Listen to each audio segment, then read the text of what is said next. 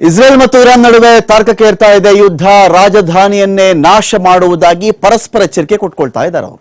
ನಾನು ಟೆಹರಾನ್ ಬಿಟ್ಬಿಡಲ್ಲ, ನಾನು ಟೆಲ್ ಅವೀವ್ನ ನಾನು ಬಿಡಲ್ಲ. ಒಂದ್ ಕಡೆ ಇಸ್ರೇಲ್, ಒಂದ್ ಕಡೆ ಇರಾನ್, ಇಬ್ಬರು ಕೂಡ ಜಿದ್ದಿಗೆ ಬಿದ್ದವರಂತೆ.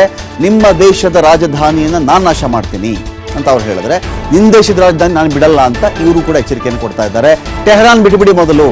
ಟೆಹರಾನ್ನಲ್ಲಿ ಯಾರೆಲ್ಲ ಇದ್ದೀರೋ, 3 ಲಕ್ಷ ಜನ ಇದ್ದೀರಲ್ವ ಟೆಹರಾನ್ನಲ್ಲಿ, ಮೊದಲು ನೀವು ಟೆಹರಾನ್ ತೊರೆಯಿರಿ ಅಂತ ಹೇಳಿ ಇಸ್ರೇಲ್ ಸೂಚನೆ ಕೊಡ್ತಾ ಇದೆ. ಇರಾನ್ನ ನಾಗರಿಕರಿಗೆ ಮತ್ತೊಂದು ಸುತ್ತಿನ ಪೇಜರ್ ದಾಳಿ ಮಾಡೋ ಎಚ್ಚರಿಕೆಯನ್ನು ಕೂಡ ಇಸ್ರೇಲ್ ರವಾನೆ ಮಾಡಿದೆ. ಇಸ್ರೇಲ್ಗೂ ಈಗ ಇರಾನ್ ಕಡೆಯಿಂದ ಖಡಕ್ ಎಚ್ಚರಿಕೆ ರವಾನೆಯಾಗಿದೆ. ಇಸ್ರೇಲ್ನ ಟೆಲ್ ಅವೀವ್ ನಗರವನ್ನ ಮೊದಲು ಖಾಲಿ ಮಾಡಿಬಿಡಿ ನೀವು. ನಾವು ಟೆಲ್ ಅವೀವ್ ಉಳಿಸಲ್ಲ, ನಾವು ಟೆಹರಾನ್ ಉಳಿಸಲ್ಲ ಅಂತ ಇಸ್ರೇಲ್, ಟೆಲ್ ಅವೀವ್ ಉಳಿಸಲ್ಲ ಅಂತ ಇರಾನ್, ಇಬ್ಬರು ಕೂಡ ಪರಸ್ಪರ ಎಚ್ಚರಿಕೆ ಕೊಟ್ಕೊಳ್ತಾ ಇದ್ದಾರೆ. ಇಲ್ಲಿ ನಿನ್ನೆ ರಾತ್ರಿಯಿಂದನೇ ಮತ್ತಷ್ಟು ದಾಳಿ ಮಾಡ್ತಾ ಇದೆ ಇರಾನ್. ಇಸ್ರೇಲ್ ಮೇಲೆ ಕ್ಷಿಪಣಿಗಳ ಮಳೆ ಸುರಿಸ್ತಾ ಇದೆ ಇರಾನ್. ಇಲ್ಲಿ ಟೆಲ್ ಅವೀವ್ ಗುಪ್ತಚರ ಸಂಸ್ಥೆ ಕಚೇರಿಯು ಕೂಡ ಇದೀಗ ಧ್ವಂಸವಾಗಿದೆ.